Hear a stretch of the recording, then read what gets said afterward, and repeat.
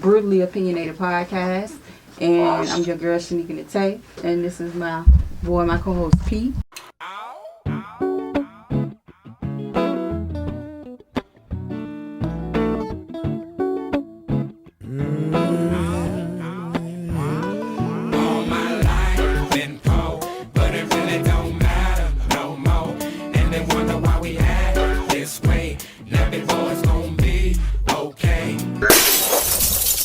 What's going on with you, man? Man, sitting in my dispensary, man. Ooh. Loaded down in the last few hours, I like that. Sitting on my phone. I like that. You at the dispensary. That sounds like my spot. And Vito, Luther's, janitorial, man. Man, just enjoying life. My OG and all. Been away for a while, man, raising kids, everybody grown. Okay. Custodial parent, and just had to figure out some ways to do some things that I love to do. That's right. All right, Nini, you want to jump in with a quick introduction before we jump into the conversation? Quick introduction. This is the Brutally Opinionated Podcast. And I'm your girl, Shanika Nate. And this is my co-host, Pete. Yep, that's right. What's up? Slow down. Brutally Opinionated. Brutally Nate. I'm talking about the name. Oh, Shanika Nate. Shit, I'm country Tate. Can I say that? That's cool with me. That's right. You would get called Tate. That's cool with me. That's right. But most everybody call me Nene though, so that's easier for you. Everybody calls me Nene. I get it. So that'll work too. That's right. That's Nene, and I'm your boy, Big Pete, bro. That's it, man. It's real simple over here, man. That's it. Yeah. Politics, mental health, all of that good stuff. And we are so happy to have you here. And for people who don't know, like, this is one of the most legendary rap groups. One of the 1/5 of the most legendary rap groups in the South. Big V from Nappy Roots. That's right. How you doing? Right. Oh, blessed. I mean, really blessed. Just cool. I hear that. Like I said, birthday last month. Turned 48. Fucking with my OG. Okay. Happy belated birthday. Happy belated. You don't look 48, brother. You look good. It's been a long time. I had a record deal since I was 20. So, country people, we live a slow life. So life is okay. That's what's up. Raised kids, got a bunch of music out, been doing listening parties across the country. Okay. So we kind of want to, go back a little bit for the people who don't know. Tell us what it was like coming into the game at the time that you came into the game, man. What was hip hop like at What was the climate? That's right. Just give us a little bit about your background. Yeah, it was like I went to college after high school. I'm an all-state football player. King County cat. Played ball. Girl got pregnant. Typical case. Quit college. Come back home to a world of dope and being 18 to 25 in a small town. Yeah. With Master B on the airways. I come from a town with no radio station. The biggest store in where I live was Walmart. We didn't have no radio, nothing like that. Damn. And so it was 6 college students that bonded together at Western Kentucky University. There was a guy named Kareem Abdul-Jabbar going to college at Western. Whoa. And I think the people know that, man. Mm-hmm. So that was, college is like the real world. If you live in a small town, people coming and going every 9 months into different walks of life. And Nappy Roots was made up of students, minority students that just wanted to take the next step, realizing, okay, factory may not be cut out for me. I got a different vision. So it was just cats coming determined together, and before you know it, folks were stealing our tapes, and Nappy Roots was kind of passed around on sorority and fraternity shirts in that colors. Okay. So it was like a novelty, And it just kind of brewed for a few semesters. And then we hit the chitlin circuit with 8 Ball, MJG, Soleil. Trick Daddy was singing, bitch, you don't know now, nigga. Oh, yeah. You don't know now. Yeah. Trina. Okay. So, okay. So it was, Carolina, Virginia's, the Texas's, San Antonio first early. And then it began to get rotation. We signed with Atlantic in 98. And then just kept grooming 2 years, 201. Boom, here's All Now, Hill Now, boy.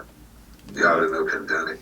That's right. And then, and then poor folks introduce you to Anthony Allen and then Jazzy Faye in the same album. And so there was Goody Mob and Outkast, and then us, Yeah. We just had that conversation. Yo, that is crazy because we literally we just said that. We just said that. So it was 8 Ball and JG in Memphis. The South was being formed. They just got through booing Outkast for being the best group. That's right. Yeah, you don't want to. Your producer dancing on stage coming to different. When they won that award and they were booing or whatever. These people still had jobs and we were still Southern, and they wasn't playing our records then. Meet us. How y'all doing? Shit like that. Yep. Country boy. Yeah. Yeah. So, like I said, to be able to break through and to watch Wayne and to watch Plies and to watch Rick Ross and Dre and Nicki, where hip hop has no gray lines. Like they play Southern rap in New York as well as the West Coast. And to be a part of the first pioneers that know how that was without no internet, without your cell phone, without GPS, where you had to read a map. It was a little different being a pioneer. I hear that.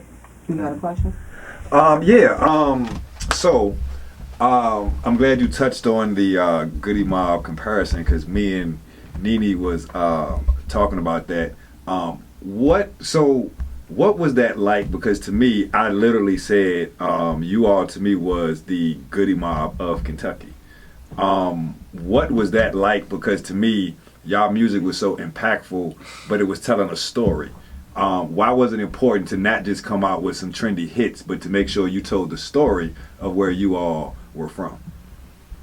I think being geographically handicapped in hip-hop, being from Kentucky to be the first, I think the main thing that made Nappy Roots was our identity. We knew who we was. We wasn't trying to get in front of big buildings or show you pistols and this or that. Our lyrics was all my life been told, and it really don't matter no more. Like we made it, we're made now. We can change lives, and we know who we are. We wasn't frustrated youth, mad wanting to kill. We were pro-life. Like, what's up, brother? What are you mad at? I don't know. Yeah. So Nappy Roots came in with identity. We were just country boy, shop at Walmart, center cut, boat chop eater, innocent drinkers, where the weed at. And we tried to blow their ass with the fan in the window. That's right. That's right. I like it. And that was, and that was our bag. I'm in my shop, as you can see, my door still swinging. Business must go on. It is. Ain't nothing like good grass. And, so we toured with the USO. We was the first to go over to Iraq when the country went to war. And we was second voted by who the soldiers would like to be most entertained by. And we finished second under Jay-Z. So we went to Iraq, Kuwait, Doha, Baghdad, and then really a part of that, so wow. Those some skilled guys from Kentucky to really go around the world on your true talent. Yeah. That's a blessing. So far as your music, as people saying it was so impactful, especially back then, what was the goal? Because I feel like listening to Po Folks, and that's on my playlist. Like, I was just playing that day before yesterday and yesterday coming from work. But as far as the impact that it had back then, I think it still, in my opinion, it resonates now. Because when you listen to it and you going through it in that moment, that song hit differently. Like, if just listening to those lyrics and then just listening to the plight of what the black man has to go through. Mm-hmm. And y'all put that on wax so perfectly. Like, what was the goal with that? I think for me, when I initially wrote the song, my son was displaced like me. You know, come from a single parent home, and if mama don't get along with daddy, more likely you're gonna live with your mom and they're gonna go another way. Mm-hmm. And my son's name was Napoleon. Is Napoleon. Okay. So when I wrote All My Life Been Poe, it wasn't really monetarily. It was I could relate to being displaced to you, you know, with you, you know. And he asked me for Emo's Pizza, and I could reach in my pocket and buy it, anything he wanted. So I still love him and he still loved me, but we've been displaced. So it was all my life been poor, and it really no more. Mm-hmm. And they wonder why we act this way. Every boy's gonna be, you know, that was okay. I hear you with the vocals. Okay. You know, so it was that. I come from the church background, you know. I can tell. I can tell. I can hear it. That's right. Yeah, fat ass when they preach. You know, and your partners pass out flowers, you know, the verses. Oh, yeah. Sing and shit, but you up there, you got to roll at the Christmas play. Yeah.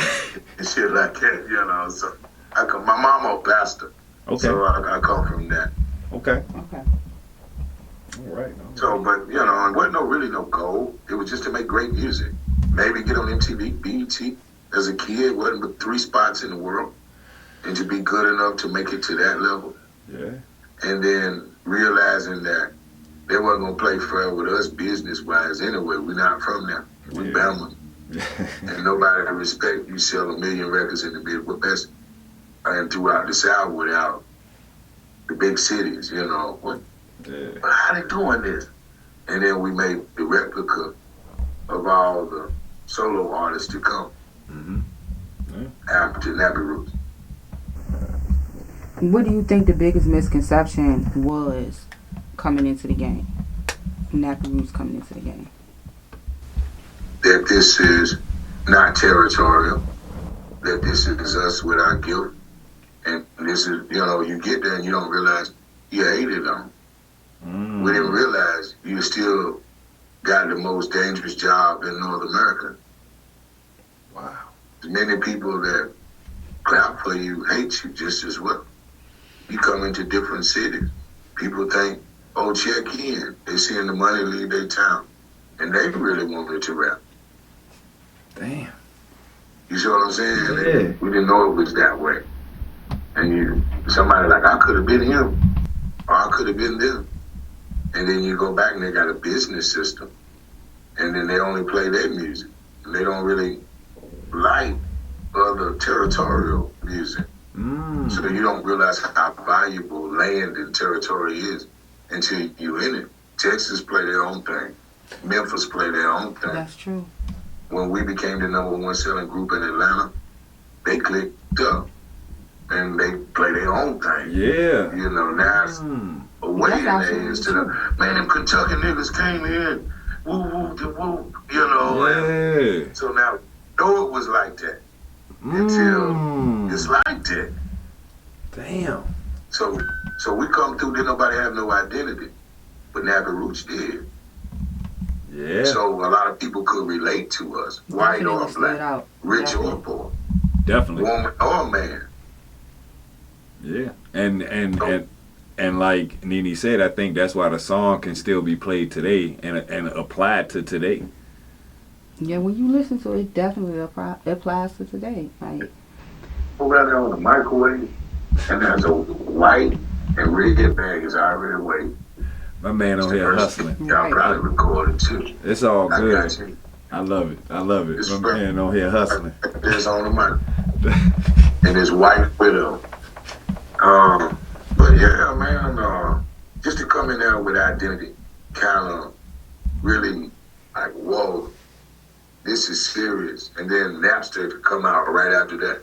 And our second album get downloaded 11 million times illegally. So that's $80 million that you don't got. Damn. And everybody coming to the concerts with burnt CDs. And yeah, that's a lot of money, man. yeah, so with Damn. me doing that, I created a QR code after they downloaded our music 11 million times. I created a QR code where you scan it with your phone and you got the music. Hold on. QR code. What era? Cannabis products. What era was this? Because you might have been ahead of the game with the QR codes. Well, check this out here. Will you help me that real quick? You said that's ahead of the game right there. Check this out. What I did was create this QR code right here. And you scan it with your phone. But inside would be a cannabis product. Like, you might not buy the music, but you going to want to have while you standing there. Or a quarter. Man. Yo. You know, so That's taking the next level. And knowing 11 million people that downloaded the music, well, how about is the best cannabis? I like that. Mushroom, whatever you into. So I created this where you scan, this is Vito's stash bag. And it don't smell, you can have it in the car, you know. Yeah. Or zipping up right here like this. And that's how I've been selling my music. Give me 50, bro. Oh, that makes sense. So that's like, but see, this is why it's important to talk to the OGs in the game, right? That are still existing in the game because they're figuring out different revenue streams to make this money versus just the same old get a record label and let the man do everything for you. So now knowing people, I know 11 million people, and I'm only going to tour in legal states or reefer-friendly states. And then that's what I've been doing. So forced to underground. So I left the group. I had to raise my children. My kid's mother left them at my mom's house and never looked back as an adult. And I'm cool with that. I got to learn some good people. Some good people got to learn me and shape some lives. And it always don't go the way you planned it. Yeah. You know, so I'm standing in my own dispensary. There's working class that's in the background, you know. I love it. Mom twisted tobacco, pop was a garbage man. So I didn't have very educated, but I was really identified. You know, I really harp on identity. Yeah. It's dope. So, going back to Po Folks, right? Yeah. A lot of people don't know that he actually sung backup for D'Angelo, but y'all were the ones who brought Anthony Hamilton mainstream. Yeah. How did that collab happen? Like, how did y'all find him? Well, he was already on Atlantic. You remember Sunshine Addison? Uh-huh. Heard it all before. Yeah. You know, we should do lunch. And they were on Atlantic. Okay. And Soul Life, they were already on Atlantic. And they didn't know what to do with them. And I dropped All Now on Po Folks. The first 6 weeks it went cold. The second single was Po Folks. Nappy Roots was already rolling. So it made sense to break 2 acts. So I met Anthony the day of the video shoot of Po Folks. We were already gold. He sang over top of my vocals. So he was already on Atlantic, but by the time Nappy Roots figured out the business part of it, Jermaine Dupri had already signed it. Oh. Just for a little leverage in Atlanta, you know. Yeah. Reforming systems. That's right. And Nappy Roots were the sacrificial lamb. You know, me and Anthony still have a great situation. I did the versus battle with him. Yeah. Did the Music Soul Child thing. Yep. In LA I was for gonna my bring birthday. that up. That was really dope. That was one of the most epic versus battles. I literally was gonna bring that up because I was like, this is why why we want to, you know, speak to the OGs, because we don't want y'all to feel like y'all have been forgotten, right? Because the contribution that you all have given to hip hop is, again, so huge that you're able to again play a record 20 years later, right? And it still be relevant. And, you know, so what was that like, you know, coming back out, you know, and performing? Because I'm sure, you know, you may not perform, or are you still performing a little bit? I still perform. Okay. Every time he's in my city, we do that record. Okay. I do a lot of day parties myself. I'm 48. I don't be out there when they spinning the block. And the kids are getting drunk about 10. So I kind of want a day party and be in the house by 8:30. I hear that. 10 o'clock done got too late. And so just doing day parties, man, and I still, you know, do listening parties. Because you won't nobody yelling at you when you can't hear it. You want to hear it back, scan it with your phone, get your refill, go home. We cook some beef ribs and green beans and shit. You know what I'm talking about? Okay. Yeah. I like that. Sound good. So that's what I've been doing. And like I said, I run a dispensary. Bunch of gummy bears, edibles, truffles, anything, you know, to kind of do with that. Gonna put a few vending machines up with the cannabis in them here next year. I got you. Where I don't have to be so many places. Yeah. So what made you, again, I'm part of the cannabis community, so I have to go there. What made you get into the cannabis business, and how difficult was it to get into the business? I was a weed man before Nappy Roots. Feel you. In an alley. So I figured get a tax ID number. I was listening to Jay-Z. Get the corner store with the corner office. Yeah, I'm listening. And he was giving you the game for free. He was telling $9.99. $9.99. Yeah. So I was listening, and then just put it with cannabis and tax ID number. And a hustler still is what he is. And so, like I said, I was trapped with the kids. I couldn't tour. And they didn't need a superstar. They needed a full-time daddy. And my youngest son plays for Deion Sanders right now. My baby girl, okay. Colorado, shout out. I got a truck driver, a school teacher, you know. Come on now. Some good people. And so that I felt like that was my blessing to just hang rap up a second. I realized what that was. And then when I got there, you know, my first swing out and all folks, and I didn't have a producer. And after talking to Andre Harrell and Prince, like, if you really who you say you are. And then he just turned me on to what was going on. So I dropped Big V in the flow and started going by Vito Banger so I could stay alive and let them know how to publish it. If you watching what's going on. That's right. Wait, did you say Prince? Like Prince? Yeah, the purple one? Yeah. What was Chris that like? Nelson. My first record, Popos, was Grammy nominated. Mm-hmm. So I did brunches with Ashford and Simpson. Prince was to my right. Kanye West to my left. Kanye used to open up for Nappy Roots. Man. John Legend opened up for him. Come on now. Drop these jewels on Please, them, man. because they need to know this. this. They need to know this, because I find myself schooling these young ones all the time. Yeah. So, yeah, he used to open up for us. You know, when they wouldn't let him rap over at The Rock, over Def Jam.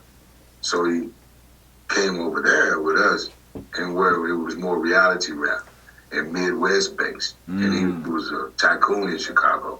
Yep. And Twister was already over in Atlanta. And CeeLo had some things going on with Trick Daddy. Nappy Roots kind of formed it all. So that came Nas Barkley, John, you know, and all that over there. But we were eating lunch, Grammy, and Prince was, obviously, you're pretty special. You're sitting at this table. And, you know, he was short, man. Why do I feel like that sound like something he would say? And then Potos was like, don't look in his eyes. You know, I'm from the Midwest. We got to talk. Why do they say that? Don't look in his eyes. So many times. So with an eye contact or whatever, and we was talking, and then he was like, "You being exploited," and he wrote those 3 songs. Who owns the publishing? And you know, he was just really eccentric. Yeah. And he was like, "If you who you think you are, and you're special, and nobody produced those records for you, I would drop the name and let them keep that publishing, and you just be great." And he taught me how to survive in a dangerous Hollywood. And a lot of people didn't get out of there with their lives. Yeah. Or their peace of mind. No, like I 100% agree, and it's great to hear a live example of that, because I've heard a lot of people say when they ran across Prince, he does give them game about the industry. Little man was for real. He was really for real, and he really adored special MCs. Same thing with Richard Pennington. Okay. I met him as well. The second album, we stayed out in LA and doing Soul Train and all the shit you wanted to do as kids. You know, mama cleaning the house. Yeah. You know, shit. And to go and see Don Cornelius, you know. Oh, wow. Oh, shit. Oh, man. It's like a kid with the basketball in the backyard. 3, 2, 1, you know. Ooh. Yo, I'm going to shoot my jumper. That's right. And, it was like that. Straight like that. Okay. Go ahead, man. Do your thing. So, the state of hip hop now. I think it's dope. We danced to Pee Wee Herman.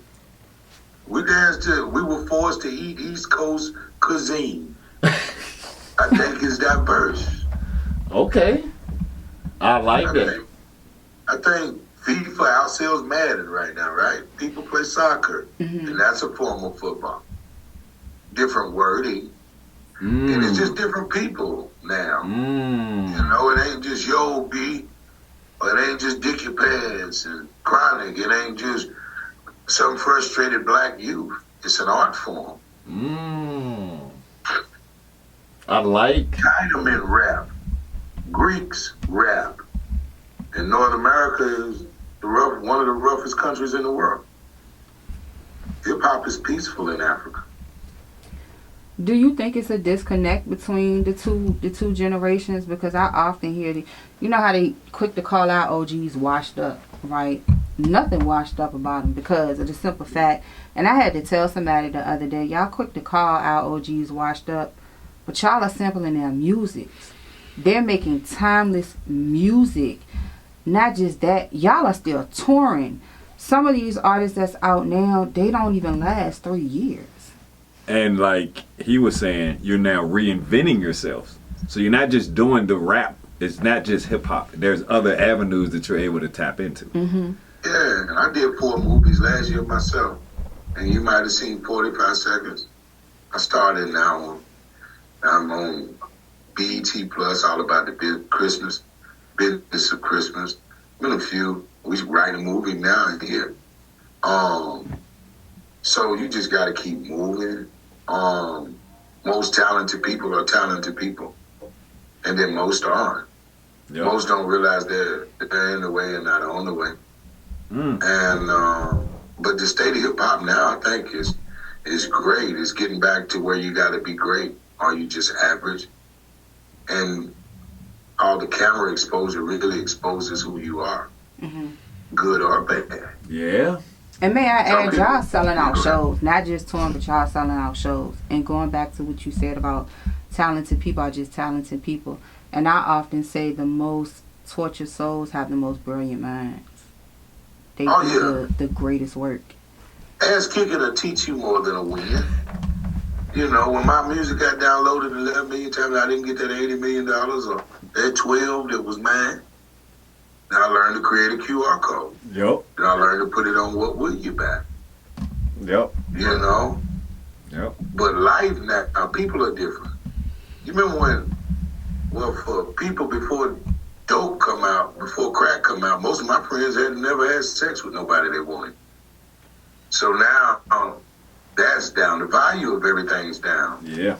Where I'm from, the going price of sex is $40. Damn. What is up with this $40? $40. $40, you don't want to sit in front of nobody at appetizer time and lie. That phone's going crazy and jugging. You would rather just over the couch, $40.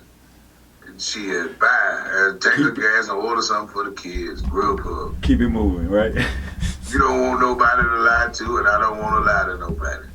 That's the world we live in. Yeah. Yeah. And shit, on some grown, mature, that's the way it is. Don't nobody want to be lied to. Nope. You got a phone. Best you probably single. And love don't live no more. People are raised on survival that mixed in with people that was raised on love. And now don't nobody give a fuck. Like, you ain't got time to sort it out. Black men die at 65. Now that we 48, I hope the hell. Yeah, right. It ain't that important no more. I don't want to split up my Christmases and eat with your family. And I know you don't want to split up yours and eat with mine. They don't like me no way. And, and it's just, people, life is life. And folk don't give a damn. I think that's been the quote going around here the last few weeks. Life been lifing. Yeah, life will give you a black eye going to work. What? Then people fighting with their work husband. And all that, how that's got to be. That's right, though. No, that's right, bro. So don't nobody want to get married or love nobody. Kids don't respect you. They gonna love mama anyway. Father's Day, you get what's left 3 weeks later. Yeah, people out here trying to survive. Since 2020, it just took a big shift, and I'm seeing how it's a rise, and like the depression is just off the charts. That's right. Yo, man, I'm loving my man over here hustling, man. So look, I do have another quaddy who doesn't want to really go the label route, but wants to go independent. Because we seeing business simple cause and effect, supply and demand. Don't go to college for a business license. Go for administration. I said the same thing. Because you can go downtown and get a business license for $60, valid for what they're going 4 years to get. Now, moving on. If you're an artist going out now, male, now put yourself in your woman's shoes. Could you have her sign with Nicki Minaj and give her $300,000 and you take care of the kids and don't say nothing? If she call or text, cool. Could you cheer for her the other way around? Think about what you asking her to do. And then, who writing the song? Why are all these people around this great artist? Because it's a publishing check.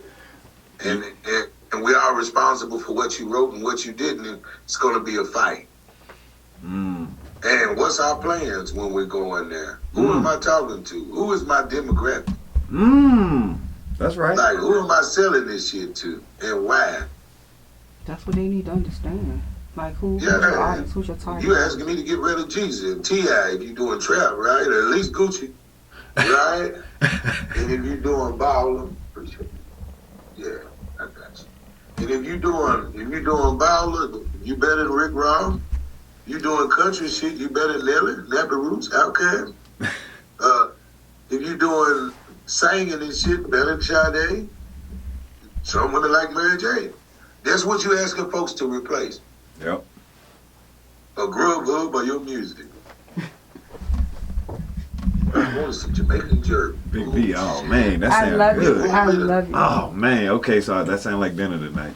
Jamaican jerk. You see what I'm saying though? No, like, yeah. As a new artist, you asking somebody to replace somebody. Yeah. Like I like Leon Bridges. Yeah, I like him. Okay.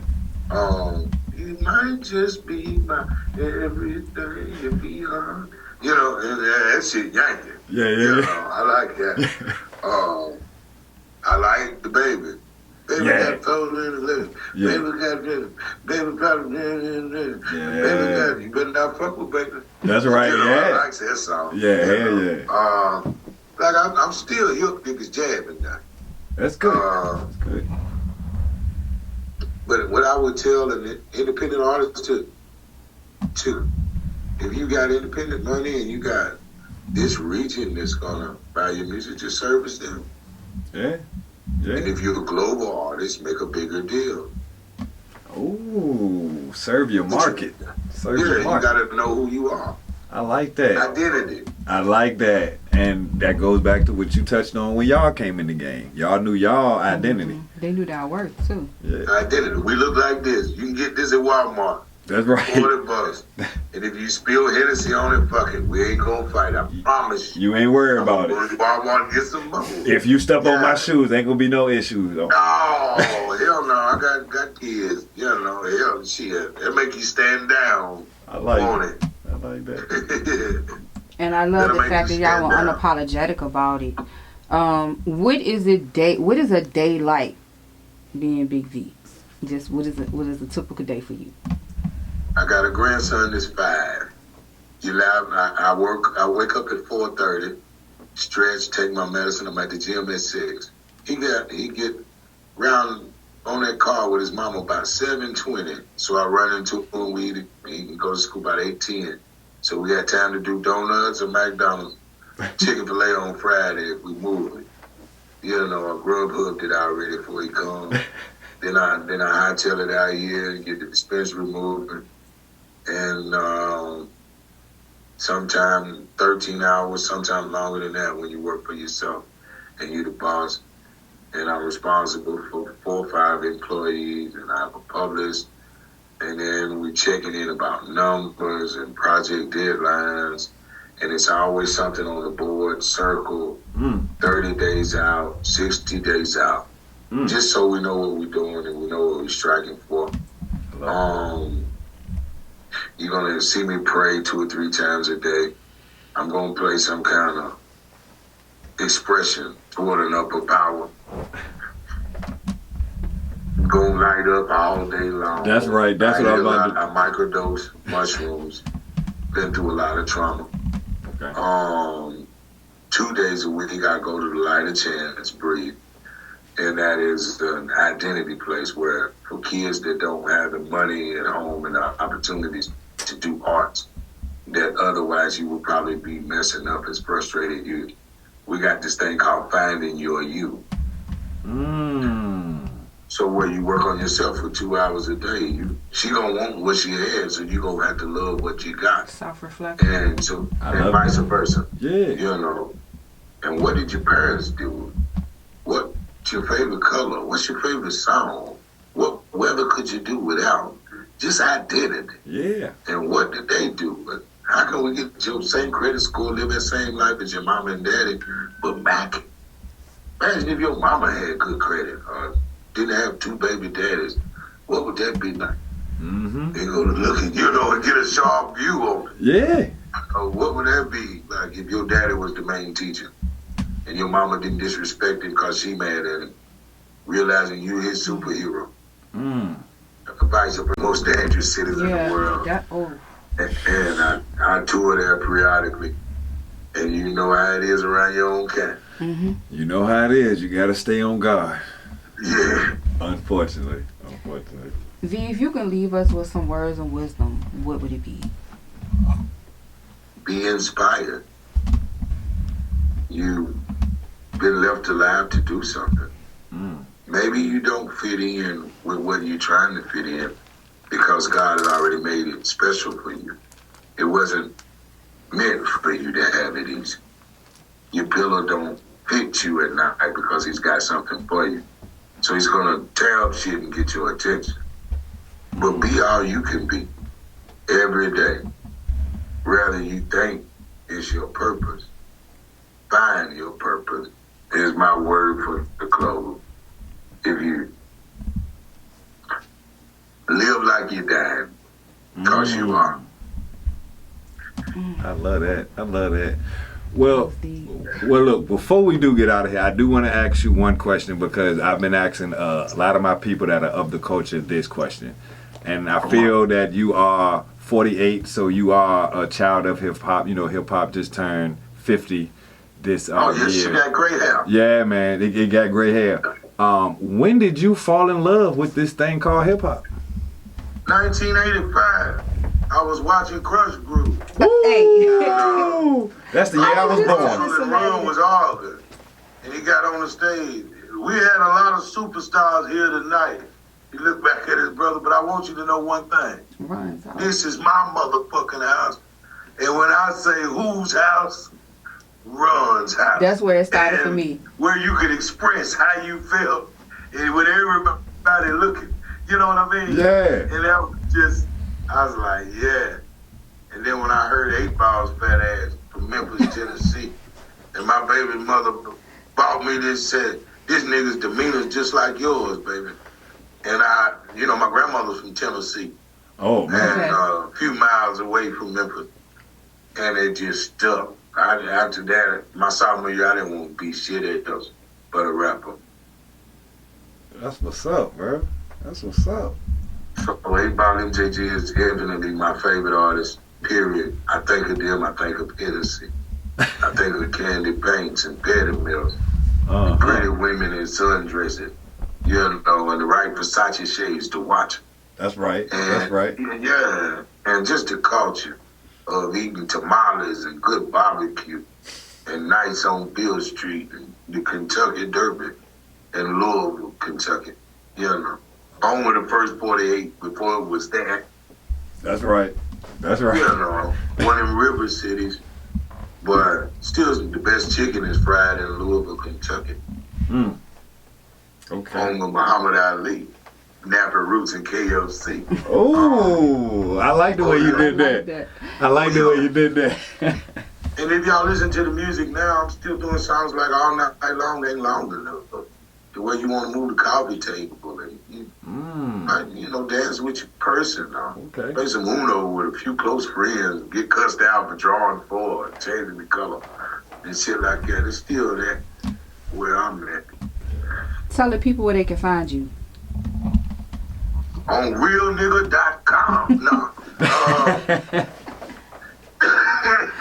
I'm Vito Tizzo on Facebook, Big V of Nappy Roots on IG. I'm at my dispensary, Vito's dispensary, Luther's, Janitorial. Yep. That's right. And I'm all over the place. Always watching kids grow. I got 5 grandsons and 2 granddaughters, and we the Brady Bunch. Prideful to be in everybody's life is probably what makes BT, is to be the North Star that everybody following and breaking first curse, generational curses. Come on, man. Literacy and identity is key to me. And what will you do between the dashes when you were born and when you are no more? That's right. What will they say? I have thoroughly enjoyed this conversation. The transparency, the authenticity. Great conversation. Like the intention behind it. Like the fact that you're willing to be so open with us and just drop so much knowledge. A lot of people in the game are not going to do that. And I definitely appreciate it. I would love to have you back. Yeah, we definitely gotta reschedule this or schedule another in person. Review my music. Let's smoke to it. Yeah, no. I listening party. We smoke at my listening parties. Open bar, ribs on me. Okay. Tastemakers, where we at in your town? Okay. Come out, smoke my chronic, eat the gummy bear. Daytime party. We get rides on movers and shit. Yeah. Lifts. I drink responsible. But I don't want to let everybody exhibit the music out there and take it in for themselves. Yeah, no. If you want to, shit, buy your bag and go with it. If not, we keep it moving. That's right. We keep it moving, man. But a daytime party, listening party, whether that be pizza night or whatever, I like street tacos and Coke classics out of the bottle. Hey, you can't go. You know what I'm talking about? Look, we all talking the same language, and actually we know a few chefs, so we might can just curate the menu to what we want it to be, so. Just let us know. Just let us know, man, and we can definitely set that up, because, yeah. All the dispensaries, to come in and, man, we just creating strands, vibing, I like things together. Nice meet and greet. Yep. Listening party, something like 4 to 8. if the rush hour ain't too bad. I like the sound of that. You know what I mean? Something like that. Yeah. So the we'll. rush hour don't matter if that's 5 to 9. You know, but I want to be in early. Oh yeah. 48. I don't want. Oh yeah. And I get yawning about 8 o'clock. I like TV land and Mama's family and shit. Yep. We definitely will be reaching out. I know I'll be reaching out, and I think I can speak for people. Yeah, we'll definitely be in touch. We'll be in touch. And Richmond is definitely a day party market as well. So a lot of things are happening early in the day as well. Yeah, I like to come there with Tweet. You know, I like to sell a hummingbird. I'm just like smoke to that. Okay. Oh, shit. Okay. You know. Sound like we got to put together a event. Yeah, we have to make this an event. Yeah, we can do that. Definitely. We can discuss that. Yep, gotcha. Yep. All right. Yeah. So look, we want to definitely thank you for tuning in with us tonight on the Brutally Opinionated Podcast. And tonight we're in partnership, empowered with the beautiful folks over here at the Cultural Mix Studio. So shout out to them as well over here in the team. Shout out to the Coach Mix. Yep, the Cultural Mix. That's right. Shout them out. Shout them out. Because we're going to take this clip and we're going to send it to them so they can use it for some promotion or something on their page. So, but yeah, bro, thank you again. Nene, you got any last words to send us out of here? That's about it. Again, I appreciate you, and we definitely got to do this again. Let's do it. And y'all real folks. Like I said, this ain't nothing like going over your cousin now. That's right. Absolutely. You said it. You said it. Next time we smoke. All right, brother. All right. Appreciate you. We'll see y'all later. All right, brother.